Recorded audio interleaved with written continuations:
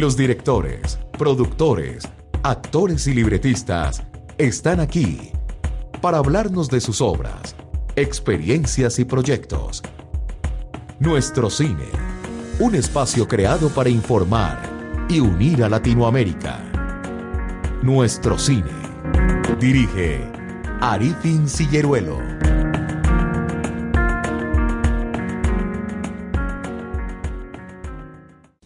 Hola amigos, bienvenidos a Nuestro Cine. Mi nombre es Arifin Silleruelo. Déjenme contarles el objetivo de este programa. Nuestro Cine es un espacio de entrevistas dedicado exclusivamente al cine latinoamericano. La idea es que hablemos todas las semanas con nuevos invitados sobre sus experiencias. Nuestro invitado de hoy es el cineasta Juan Felipe Orozco. Nació en Medellín en el año 1978. Su cortometraje Ánima es considerado por muchos como uno de los cortometrajes mejor logrados en términos artísticos y técnicos en el país. Con la película Al final del espectro, estrenada en el año 2006, logró participar en más de 20 festivales alrededor del mundo y se convirtió en la primera película colombiana de terror. Orozco dirigió la serie de suspenso Tiempo Final y Sin Retorno para la compañía Fox. En 2008, junto a su hermano, fundaron la compañía San Antero Films y produjeron su segunda película, un thriller de acción y suspenso llamado Saludo al diablo de mi parte, estrenada el año 2011. Desde Los Ángeles, California, hablaremos con Juan Felipe Orozco. Juan Felipe, bienvenido a Nuestro Cine. Es un honor tenerte en el programa. Hola, ¿cómo estás? Muchas gracias por invitarme. Juan Felipe, ¿cuál fue la película que más te impactó cuando niño? Bueno, realmente fueron dos películas. Creo que la primera película que realmente me impactó muchísimo fue La historia sin fin. La historia sin fin fue como el primer recuerdo que tengo de estar en un teatro y de quedar completamente loco con lo que estaba viendo al frente. Pero no fue que me quisiera volver cineasta por verme esta película, pero tengo un recuerdo muy grande por, no sé, como por los sentimientos que sentí, como la emoción, la aventura y como estar como presenciando un universo que no existía en la vida real. Esa fue como la película que más me marcó cuando era niño, y más adelante, no sé, como 3 o 4 años después, fue haber visto Tiburón por primera vez. Creo que con Tiburón fue realmente la película que me hizo pensar que tal vez, me hizo pensar en el cine como arte, en el cine como profesión, en el cineasta, ¿cierto? Sí. Y creo que estas dos películas fueron las que más me marcaron cuando era niño y que de alguna manera me marcaron mi futuro también. Pero, Juan Felipe, cuéntanos, ¿cuándo fue que empezó así el sueño de hacer cine ya realmente? Bueno, creo que fue circunstancial. Yo nací en Medellín, pero mis padres viajaban mucho por Colombia. Nosotros vivimos un tiempo en Ibagué, vivimos un tiempo en Ibagué, en Tolima, vivimos un tiempo en Bogotá. Y cuando iba a comenzar mi adolescencia nos fuimos para Montería, en Córdoba. Y creo que en Montería fue donde realmente pasó como todo lo importante en mi vida, lo que me definió como individuo y lo que me definió en mi futuro. Y nosotros en Montería, digo nosotros porque éramos como un grupo de amigos muy pequeños, con mi hermano y de hecho, muchas de las personas que trabajan conmigo ahora, Luis Enrique Otero, que es el director de fotografía con el que trabajo en todas las películas, Alejandro Ángel, que fue mi socio en Palo Alto y en San Antero.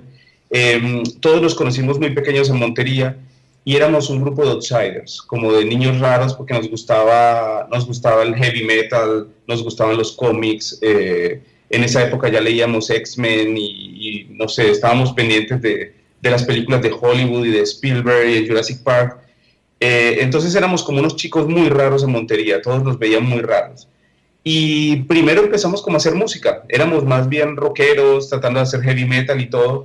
Y una tía mía me regaló en una Navidad una cámara de video. Y nosotros empezamos a grabar como nuestros ensayos tocando. Y un día decidimos como empezar a hacer como cortos, pero como jugando entre nosotros mismos. Teníamos como 11 años y empezamos a filmar cortos y nos inventamos un superhéroe que se llamaba Pavo Man, que era el hombre pavo, porque un amigo de nosotros parecía un pavo. Y no sé, jugando y haciendo cosas y desapareciendo a gente en cámara y escribiendo como en caliente porque no teníamos ni idea cómo se hacía algo. Éramos nosotros ahí mismo haciendo las escenas, molestando. me di cuenta que me gustaba mucho y lo que te decía, antes ya había visto Tiburón y en esa época precisamente nos empezamos a volver fanáticos como de las películas de Steven Spielberg, las películas de David Lynch, de James Cameron, y algo muy raro que nos pasó a nosotros es que en Montería no existían cineclubes, en Montería no existía como una curaduría de cine, nosotros íbamos a la tienda de video y en la tienda de video estaban los stands por géneros y nosotros cogíamos lo que veíamos, lo que nos parecía chévere. Yo me acuerdo que, no sé, a mi edad de 12 años, 13 años, yo ya estaba viendo sin ningún filtro, yo veía, no sé, Jurassic Park y El cielo sobre Berlín, ¿cierto? Yo veía cine europeo y veía cine estadounidense y veía cine latinoamericano y no sabía que eran diferentes. Para mí no eran diferentes, para mí era lo mismo verme Jurassic Park que verme una película de Wim Wenders. Y yo crecí como con la idea de qué era el cine. El cine no tenía separación entre cine comercial, cine de autor, cine indie, era simplemente cine. Y me empecé como a emocionar mucho, pero a la hora de tomar la decisión de qué iba a estudiar, obviamente el cine no estaba en mi cabeza como una posibilidad de que eso fuera un oficio, o una profesión, o una carrera. En esa época en Bogotá había cine en la Nacional, pero cuando empecé a ver los pensum y lo que querían hacer ellos y lo que se hacía antes, sentí que era muy distinto al cine que yo había crecido viendo, porque era mucho más enfocado en la nueva ola, en el cine, sí, en el cine francés, en Godard, y era un cine que era muy desconocido para mí, y cuando yo comencé a hablar con ellos del cine que yo había visto cuando pequeño, yo sentía que yo no iba a encajar, porque yo les decía que yo quería hacer Terminator 3, o no sé, Jurassic Park o E.T., eso es lo que yo quería hacer cuando era niño. Y sentí que tal vez yo era el que estaba equivocado y entré a estudiar diseño porque la imagen visual también siempre fue uno de mis grandes placeres. Y realmente terminé mi carrera y en la carrera comencé a leer, durante el estudio de la carrera empecé a leer libros de comunicación social en la biblioteca y me encontré con libros de Ziegfeld de escritura y Eisenstein y yo por mi lado empecé a leer libros encarretado. Tuvimos un par de clases de materias de video y de argumental y cuando me gradué dije como no, yo creo que sí hay posibilidades de hacer cine y ahí empecé como con el cuento de ya meterme profesionalmente en esto. Qué interesante, porque al final se trató de ti en tu infancia jugando con una cámara, todo parte con, ¿no es cierto?, con esto de grabar tu banda de rock increíble, me parece una cosa espectacular. Pero ¿cuándo fue que realmente o sea, tú y con tu hermano se dieron cuenta que era el tiempo de empezar realmente a hacer cine? Hacerlo, sí. Sí. Bueno, mira, esto es... siempre son experiencias raras. Nosotros nos fuimos a estudiar, mi hermano estaba estudiando Ingeniería de Sistemas en la Universidad de AFI de Medellín, y estaba estudiando diseño, y en 1998, creo que fue en el 98 o en el 99, Metallica fue a tocar a Bogotá por primera vez. Y nosotros viajamos de Medellín a Bogotá y nos encontramos con nuestros amigos de infancia con los que no nos habíamos visto hace 3, 4 o 5 años. Y uno de ellos tenía el cassette de los cortos que habíamos hecho cuando éramos niños. Y no los habíamos vuelto a ver, porque cada uno estaba en su cuento, algunos se fueron a estudiar arquitectura, otros se fueron a estudiar comunicación social, de todo. Y esa noche, antes del concierto de Metallica, nos conseguimos la manera de verlo y nos sentamos todos a ver lo que habíamos filmado, más para burlarnos de nosotros mismos, porque obviamente todos hicimos el oso haciendo eso. Pero cuando lo estábamos viendo, hay algo que me pasó y es que yo me di cuenta que yo había filmado unos cortometrajes y había hecho planos, contraplanos, masters, close-up, los había editado en caliente porque no teníamos sistema de edición, entonces yo hacía una escena y entonces cuando iba a filmar la escena, al mismo tiempo yo empezaba con el over shoulder de este actor, después con el contraplano de este actor, me iba para el master shot, después me iba al close-up, tenía todos los diálogos montados. Y yo decía, ¿cómo hice yo esto cuando yo tenía 11 años? Yo nunca había estudiado cine, yo nunca había oído ni siquiera sobre un behind the scenes, yo no sabía cómo se descomponía una escena y me sorprendió mucho. Y en ese momento uno de nuestros amigos estaba estudiando comunicación social y se había retirado para estudiar en la Manuela Beltrán en Bogotá cine. Y él fue el que me dijo, ¿por qué no regresamos otra vez a la idea de hacer cine? Y ahí fue donde yo realmente dije, voy a terminar mi carrera de diseño, pero me voy a poner a leer y a aprender un poco más de cine. Pero realmente el punto más coyuntural, esto fue como volverme a enamorar del cine, pero cuando yo dije voy a ser cineasta, de hecho fue con un paisano tuyo, porque fue cuando me vi Tesis de Amenábar. Yo creo que cuando me vi Tesis de Amenábar fue cuando yo dije, porque para mí el cine era algo que hacían los norteamericanos, los europeos y Víctor Gaviria, ¿cierto? Así fue que crecí yo. Los europeos, los americanos, y había un loco en Colombia que había sido capaz de hacer Rodrigo D. Pero era un Quijote tratando de hacer una película y yo no sabía cómo lo habían hecho. Yo había oído de Focine y los fondos del gobierno de antes, pero para mí eso era como una cosa extraterrestre. Y sobre todo era un tipo de cine que a mí me encanta muchísimo, las películas de Víctor Gaviria. Para mí Víctor es el mejor director que hay en Colombia, pero no era el tipo de cine que yo quería hacer. Pero cuando vi Tesis y después Abre los ojos, yo dije, este tipo está haciendo en español el cine que a mí me gustaría hacer. O sea, sí se puede hacer cine en nuestro idioma y por gente joven. Entonces ahí fue donde yo me metí en la locura de unir un equipo, armar un equipo para ver si montamos una productora, escribir un guión y participar en festivales, participar en el Fondo de Colombia, y una cosa fue llevando a la otra y todo se fue dando. Juan Felipe, yo te quería preguntar sobre el último punto que estabas diciendo sobre el tema de encontrar financiamiento. ¿Cómo fue difícil buscar financiamiento para tu primer largometraje? No, de hecho eso es lo más curioso de todo. Cuando nosotros comenzamos a tratar de hacer Al final del espectro, un grupo de amigos y yo éramos 8 socios, todos entramos por partes iguales y cada uno tenía como su oficio especial en la productora. Yo era el director, tenía un socio que era productor, mi esposa Sara Millán entró como diseñadora de producción, un director de fotografía que es Luis Enrique Otero. Armamos todo un equipo de colegas y montamos la productora.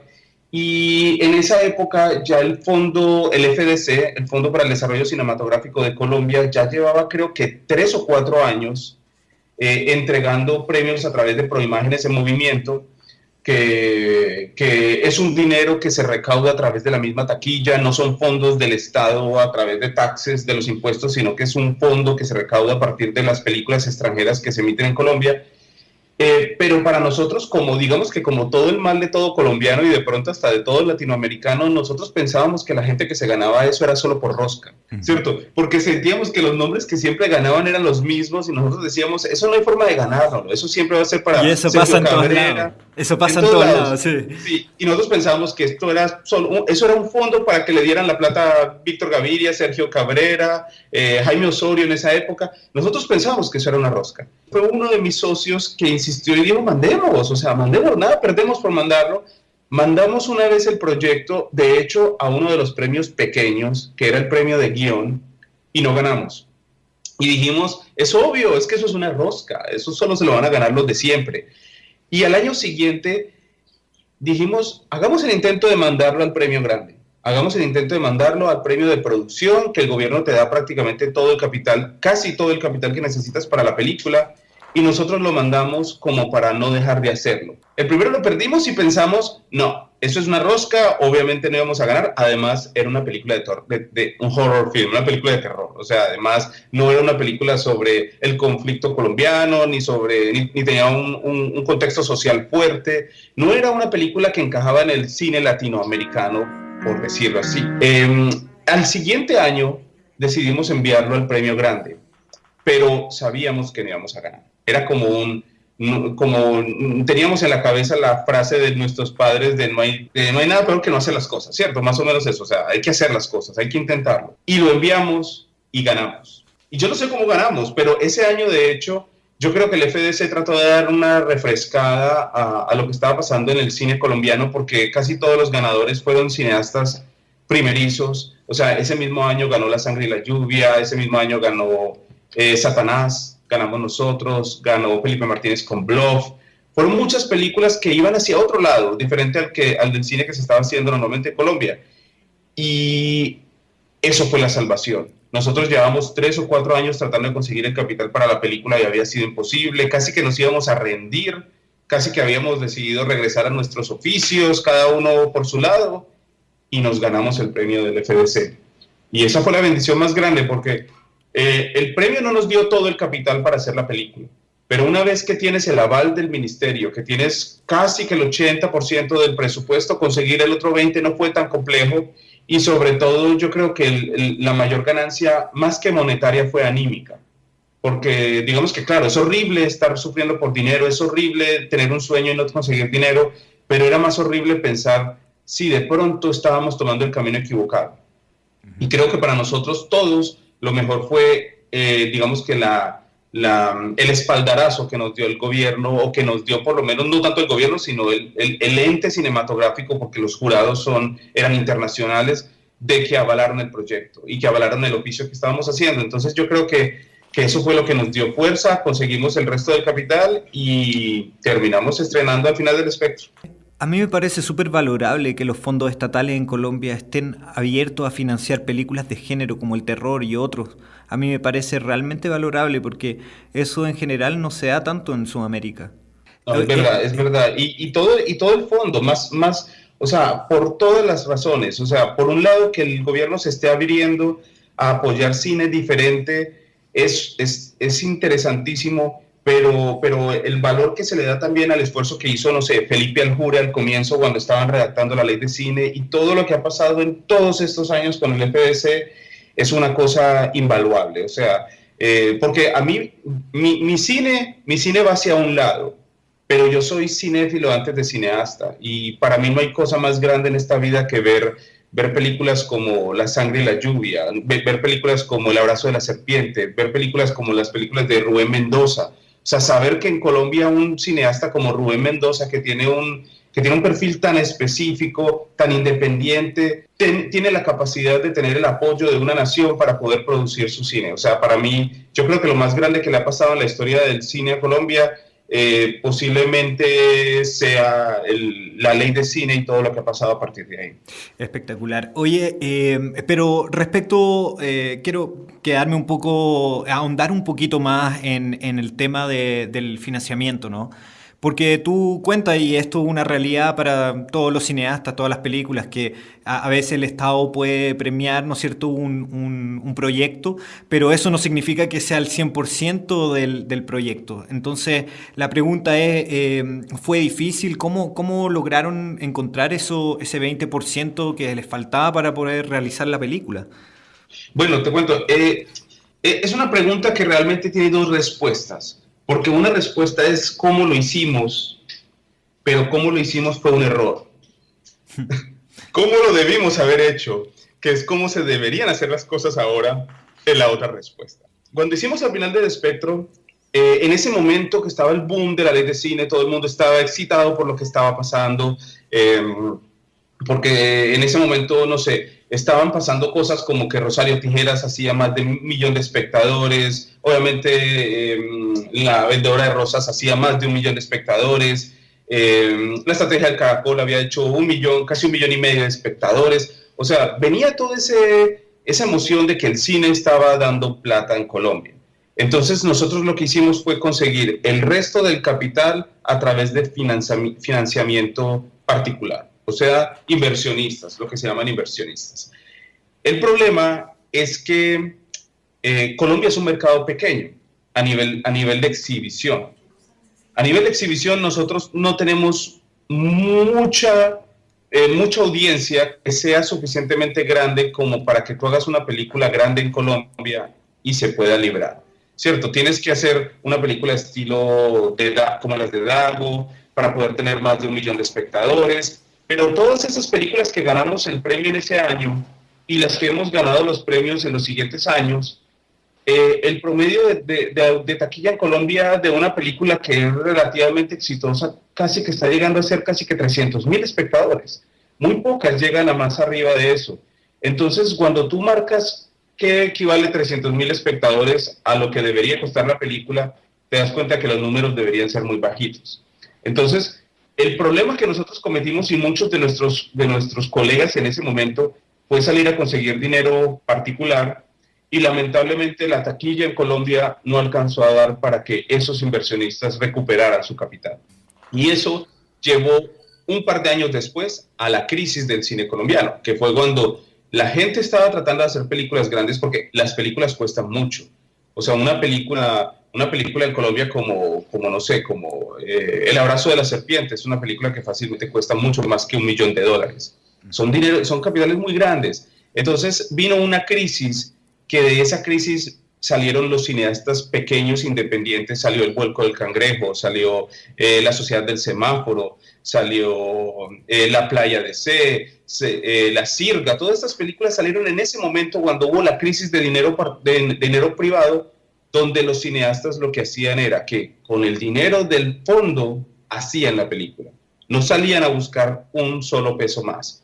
Empezaron a ser recursivos, a tratar de hacer dinero con un crew más pequeño, como reducir el tamaño de las películas, porque era la única manera de que tú no te quebraras, ¿cierto? Porque el error que cometieron nuestros colegas y nosotros es que salíamos a conseguir dinero con nuestras familias, vender el apartamento, vender el auto, un montón de compromisos soñando con que íbamos a hacer 2 millones de espectadores, porque la película era un hit, y al final nos enfrentábamos con una taquilla de 300,000 espectadores. Entonces, a eso voy, a que en esa época nos deslumbramos mucho y tratamos de conseguir capital para hacer la película que queríamos hacer. Ahora, y esto no solamente en Colombia, sino en el mundo entero, por el problema de la crisis del 2008, por el problema de la crisis del streaming video, de Netflix, de que ya no hay casi dinero para exhibir y todo el mundo está yendo hacia el otro lado, que es hacer la película con el dinero que se tiene. Entonces, a nosotros, nuestra generación, nos costó mucho entender eso, apenas ahora lo estamos entendiendo, que uno tiene que hacer las películas con el dinero que no tiene capacidad de conseguir, incluso si uno lo que tiene para conseguir es $1.000.000. Uno puede hacer una película con $1.000.000, ¿cierto? Eso es algo que apenas ahora estamos tratando de digerir, y creo que es uno de los aprendizajes más grandes que tuvimos con la segunda generación de la ley de cine, con las películas que salieron en el 2009, 10 y 11 más o menos. Pero tú crees que esto, ¿no es cierto?, que te topas, ¿no?, cuando uno saca una película y de repente te encuentras con muy pocos espectadores. ¿Es un problema de distribución realmente? Es un problema muy complejo porque pasa lo que pasa con tu hijo, ¿cierto? Una película es tu hijo.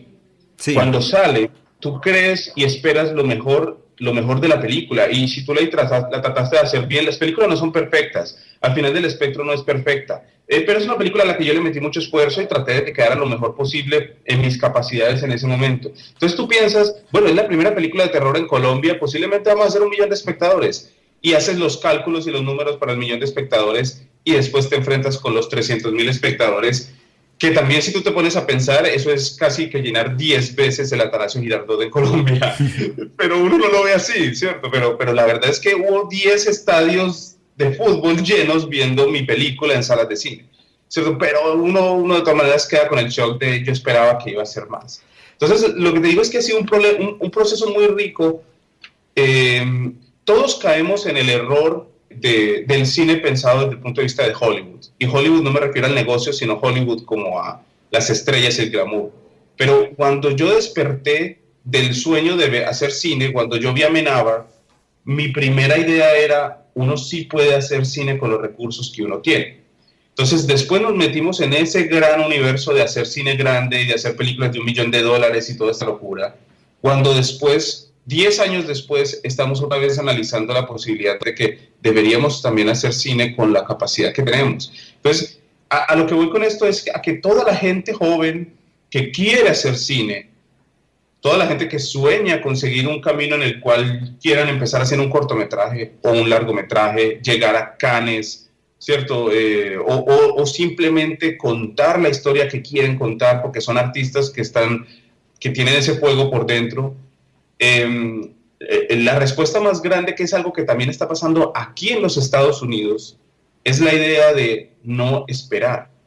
No esperar. Aquí en Estados Unidos están pasando cosas gigantes con películas que se hicieron con las uñas, como hace poco que se hizo Mandarin, que la hicieron con un iPhone súper pequeña, o Moonlight, de hecho, que es una película tan pequeña, y otras más como las películas de los hermanos Duplass, que las hacen con sus amigos sin dinero. Son películas que terminan en Sundance y que te terminan llevando a HBO o que te terminan llevando a los screens o a las pantallas de cine en todo el mundo.